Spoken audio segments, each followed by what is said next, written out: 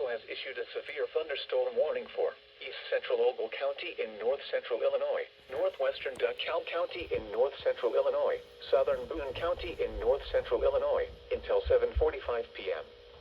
At 7:06 p.m., a severe thunderstorm was located near Malta, or 9 miles northeast of Rochelle, moving northeast at 35 miles per hour.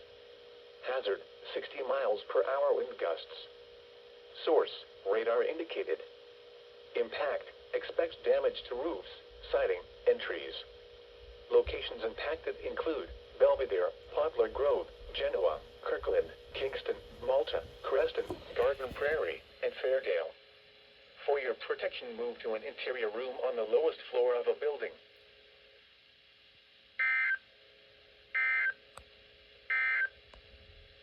This is no weather